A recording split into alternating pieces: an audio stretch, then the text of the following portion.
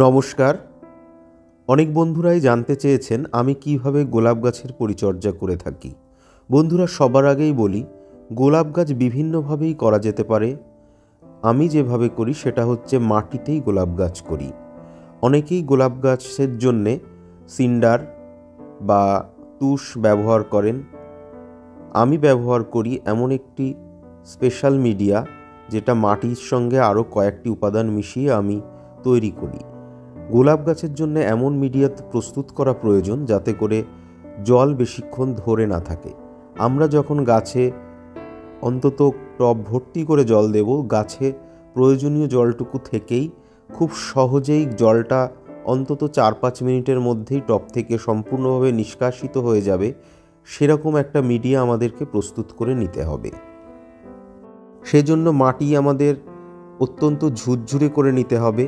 একটা জিনিস করা যায় যে আমরা 50% সিন্ডার এবং 50% ভার্মিকম্পোস্ট বা গোবর সার মিশিয়ে আমরা মিডিয়া প্রস্তুত করে নিতে পারি। দ্বিতীয় আরেকটি উপায় আছে, আমরা যদি আমাদের মাটি এমন হয় যে খুব বেশি আঠালো, তাহলে আমরা মাটিতে 50% মোটা বালি ব্যবহার করতে পারি। তাহলে 50% মাটি এবং 50% মোটা বালি ব্যবহার করে একটা মিডিয়া প্রস্তুত করা যেতে পারে। আরেকটি মিডিয়া প্রস্তুত করা যেতে পারে যেটা আমি বিশেষভাবে করি, সেটা হচ্ছে আমি ব্যবহার করি 40% যে কোনো ধরনের কম্পোস্ট সার, 10% মোটাদানা বালি এবং 30% মাটি, এবং বাকিটা আমি ব্যবহার করি ধানের চিটে। এই জিনিসটা সম্পূর্ণভাবে মিশিয়ে একটা পোরাস মিডিয়া তৈরি করি, অর্থাৎ যার মধ্যে বায়ু চলাচল সুন্দরভাবে হবে এবং তার সঙ্গে সঙ্গে জল দেওয়ার কয়েক মিনিটের মধ্যেই অতিরিক্ত জল বেরিয়ে যাবে টব থেকে। দেখুন বন্ধুরা, এগুলো সব আমার নিজের গাছ। এগুলো নভেম্বর মাসের ফুল। ভিডিও আমি করব না এ বিষয়ে ভেবেছিলাম বলে আমি তখন পোস্ট করিনি, তবে এখনও আমার কাছে প্রচুর ফুল রয়েছে। আমি যেহেতু বোগেনভিলিয়া, অর্কিড এবং অ্যাডেনিয়ামটাই বেশি করি, সেহেতু গোলাপ আমার খুব সামান্যই আছে, মাত্র 15-20টা গোলাপ রয়েছে। দেখুন বন্ধুরা, গোলাপ গাছের সৌন্দর্য কেবলমাত্র ফুলে নয়, গোলাপ গাছের সৌন্দর্য হচ্ছে তার চকচকে সুন্দর পাতা এবং ফুলের যে সুন্দর বোটাটা হয় সেই সমগ্র অংশটা নিয়েই, এবং সমগ্র গাছটাই গোলাপ গাছের একটি সৌন্দর্য।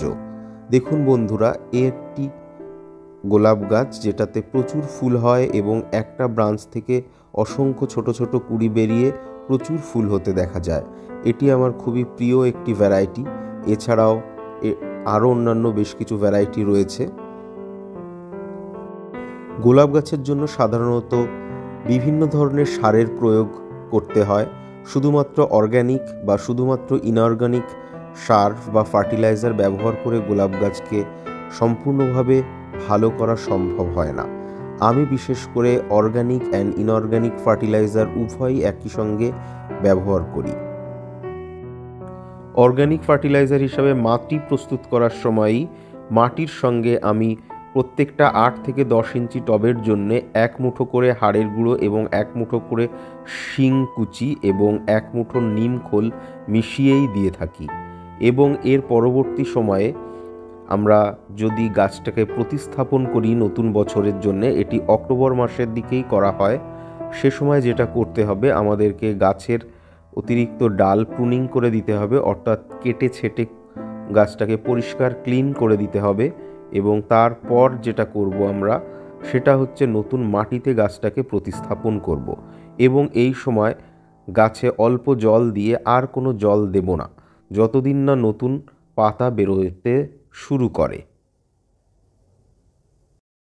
দেখুন বন্ধুরা, অক্টোবর মাসের শুরুতে গাছ নতুন করে প্রতিস্থাপন করার পর গাছের সমস্ত পাতা ফেলে দেওয়া হয়েছে এবং গাছে কিন্তু কোনো জল বা খাবার দেওয়া হয় না।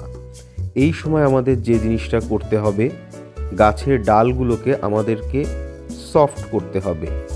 গাছের ডাল সফট করার জন্য যেটা করা প্রয়োজন, আমরা গোড়ায় বেশি জল না দিয়ে গাছের ডাল বরাবর জল স্প্রে করব।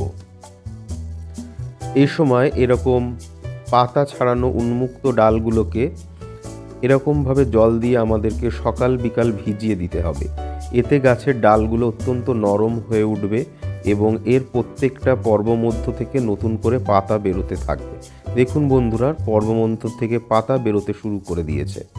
যখন পাতা বেরোনো মোটামুটি শুরু হয়ে যাবে এবং একটু বড় পাতা হয়ে যাবে, তখন ধীরে ধীরে আমাদেরকে ফার্টিলাইজার স্প্রে করতে হবে। এরকম অবস্থায় কোনো ফার্টিলাইজার আমরা স্প্রে করব না।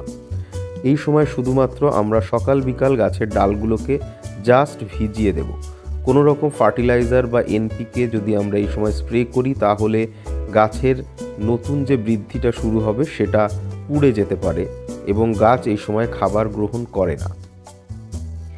এরপর যখন ধীরে ধীরে নোটসগুলো থেকে এরকম ছোট ছোট পাতা বেরোতে থাকবে এবং অল্প বড় হবে পাতাগুলো বা ডালগুলো, সেই সময় আমাদেরকে যে জিনিসটা প্রথমে করতে হবে সেটা আমরা জলে 2 গ্রাম পার লিটারে ইপসাম সল্ট নিয়ে স্প্রে করব।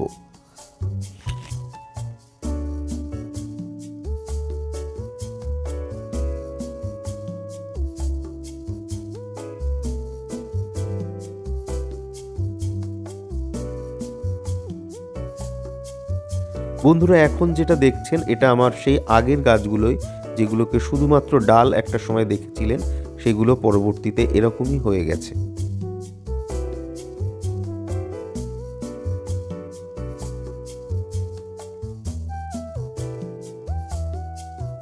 ইপসাম সল্ট বা ম্যাগনেসিয়াম সালফেট গোলাপ গাছের জন্য অত্যন্ত প্রয়োজনীয় একটি উপাদান। এটি মাটিকে এবং গোলাপ গাছের যে টিস্যু ফ্লুইড আছে তাকে ধীরে ধীরে অ্যাসিডিক করে এবং যার প্রভাবে গাছ প্রাণবন্ত হয়ে ওঠে এবং সে নিজের প্রয়োজন মতো পুষ্টি উপাদান মাটি থেকে সংগ্রহ করতে শুরু করে। ইপসাম সল্ট স্প্রে করার ঠিক একদিন পরেই আমরা ব্যালেন্স এনপিকে লিটারে 2 গ্রাম করে জলে গুলে কিন্তু আমরা গাছে স্প্রে করতে পারি সকালবেলায় সূর্য ওঠার পরে, যখন পাতার উপর শিশিরগুলো শুকিয়ে যাবে ঠিক সেই সময়। এরপর প্রতি সপ্তাহে অল্টারনেটিভ করে একদিন আমরা ইপসাম সল্ট এবং তার পরের সপ্তাহে ব্যালেন্স এনপিকে স্প্রে করলে খুবই ভালো রেজাল্ট পাওয়া যায়। স্প্রে করার সময় খেয়াল রাখতে হবে আমরা ফুলের উপর স্প্রে করব না, আমরা কেবলমাত্র গাছের পাতা এবং কচি ডগাগুলোর উপর স্প্রে করব এবং অবশ্যই রোদ ওঠার পরে আমাদেরকে স্প্রেটা করতে হবে। গোলাপ গাছের বেশি ব্রাঞ্চিংয়ের জন্যে এবং মজবুতির জন্যে যে জিনিসটা অত্যন্ত আবশ্যক সেটা হচ্ছে ক্যালসিয়াম। সেজন্য প্রত্যেকটা 8 থেকে 10 ইঞ্চি সাইজের টবে 2 থেকে 3টি ক্যালসিয়াম নাইট্রেটের গ্র্যানিউলস আমরা মাটিতে পুঁতে দিতে পারি, যাতে করে মাটিটা ধীরে ধীরে ক্যালসিয়াম সমৃদ্ধ হয়ে ওঠে এবং গাছ মজবুত হয়ে ওঠে। গোলাপ গাছের কিছু সমস্যা দেখা যায়, সেটি হলো গোলাপ গাছ সবসময় নতুন ডালের আগায় এরকম সুন্দর ফুল হয় না। অনেক ক্ষেত্রে দেখা যায় যে গ্রোথের এন্ড হয়ে যায় এবং তারপর সেখানে কোনো কুড়ি আসে না। কিন্তু বন্ধুরা, তারপরে সেই জায়গা থেকে কুড়ি আনার জন্যে আমাদেরকে বিশেষ কিছু উপাদান ব্যবহার করার প্রয়োজন হয়। এক্ষেত্রে আমরা জিব্বারেলিক অ্যাসিড ব্যবহার করতে পারি। জিব্বারেলিক অ্যাসিড খুব কম পরিমাণে ইউজ করতে হবে। 5 লিটার জলে 1 ml জিব্বারেলিক অ্যাসিড মাসে একবার বা 15 দিনে একবার ব্যবহার করা যেতে পারে। গাছের বেটার ব্রাঞ্চিংয়ের জন্য এটি অত্যন্ত আবশ্যক একটি উপাদান। গোলাপ গাছ সবসময় পরিষ্কার পরিচ্ছন্ন পরিবেশ এবং ডাস্ট ফ্রি ধূলিকণা মুক্ত পরিবেশ পছন্দ করে এবং প্রচুর জলও পছন্দ করে। তবে অবশ্যই সে জল যেন টবে বেশিক্ষণ স্থায়ী না হয়। আমাদেরকে সেই বিষয়ে বা সেই দিকে নজর রাখতে হবে এবং সেইভাবেই আমাদেরকে বুঝে জল দিতে হবে। দেখুন বন্ধুরা, মাত্র 6 ইঞ্চি একটি টবের গোলাপ এবং অসংখ্য নতুন নতুন শুটস এসছে এবং কুড়ি এসে গেছে এবং প্রচুর ফুলও আসতে শুরু করেছে। দেখুন, এই গাছটিতে একসঙ্গে 17 থেকে 18টি কুড়ি এসছে। আমি নিজে হাতে গুনে আপনাদেরকে এটি জানাচ্ছি এবং গাছের পাতা দেখলে বুঝতে পাচ্ছেন কতটা সুন্দর এবং বেসাল স্টেমও বের হতে শুরু করেছে।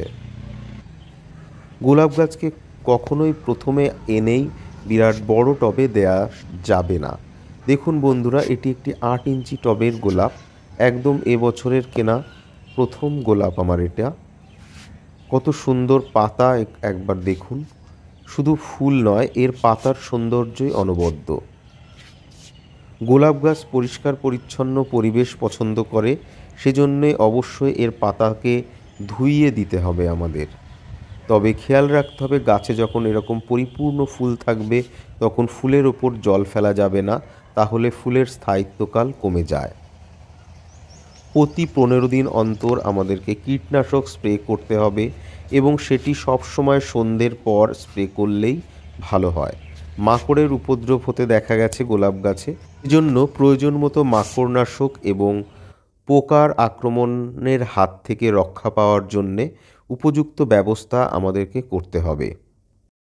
কনফিডার, সুপার সোনাটা, কাকা প্রভৃতি কীটনাশক আমি ব্যবহার করে থাকি। অবশ্যই অল্টারনেটিভ করে এগুলো ব্যবহার করা প্রয়োজন। দেখুন বন্ধুরা, ফুল হওয়ার পরে গোলাপ গাছের প্রুনিংটাও একটি বিশেষ গুরুত্বপূর্ণ বিষয়। দেখুন, এই গাছটিকে যদি ফুলটা শেষ হয়ে যায় তাহলে আমরা ঠিক কোন জায়গা থেকে কাটব। দেখুন, আমরা কিন্তু ঠিক এই জায়গা থেকে কাটলে গাছটা দুর্বল ডাল বেরোবে। আমাদেরকে ঠিক এরকম জায়গা থেকে কাটতে হবে যাতে করে সেখান থেকে 2 বা 3টে নতুন কষ ছাড়ে এবং তাতে একাধিক ফুল আমরা পাই। সেজন্যে শুধুমাত্র ফুলের বোটাটা কেটে দিলেই কিন্তু হবে না, প্রুনিংটা অত্যন্ত গুরুত্বপূর্ণ একটি বিষয়। এমন একটি জায়গা সিলেক্ট করতে হবে যেখান থেকে ডাল বেরোলে গাছের মজবুতিটা ঠিক থাকে। দেখুন বন্ধুরা, ঠিক এরকমভাবে কাটার ফলে এখানে ডালের 2 সাইড থেকে 2টো নিউ গ্রোথ এসছে এবং এর ফলেই কিন্তু গাছ আবার একটা জায়গা থেকে 2টো কুঁড়ি উৎপন্ন করবে। দেখুন বন্ধুরা, ঠিক এই পজিশন থেকে এটাকে কেটে দিতে হবে ফুল শেষ হওয়ার পরে। এর ফলে 2টি পর্ব মধ্য থেকেই ডাল বেরোবে। শীতকালে প্রত্যেকটা টব পিছু আমরা সপ্তাহে 1 দিন করে পাতলা খোল পচা জল যেভাবে অন্য গাছে দেওয়া হয় ঠিক একই রকমভাবে দিলে যথেষ্ট উপকার পাওয়া যায়। এবং ভালো এবং প্রচুর ফুল আনার জন্যে প্রত্যেকটা টব পিছু 2 থেকে 3টি আমরা ডিএপির দানা দিতে পারি এবং মাসে একবার করে সিঙ্গেল সুপার ফসফেট এবং অ্যামোনিয়াম সালফেট হাফ টিস্পুন করে দিলে খুব ভালো গ্রোথ দেখা যায়। বন্ধুরা, আজকের ভিডিওটি এই পর্যন্তই। সকলকে ধন্যবাদ। নমস্কার।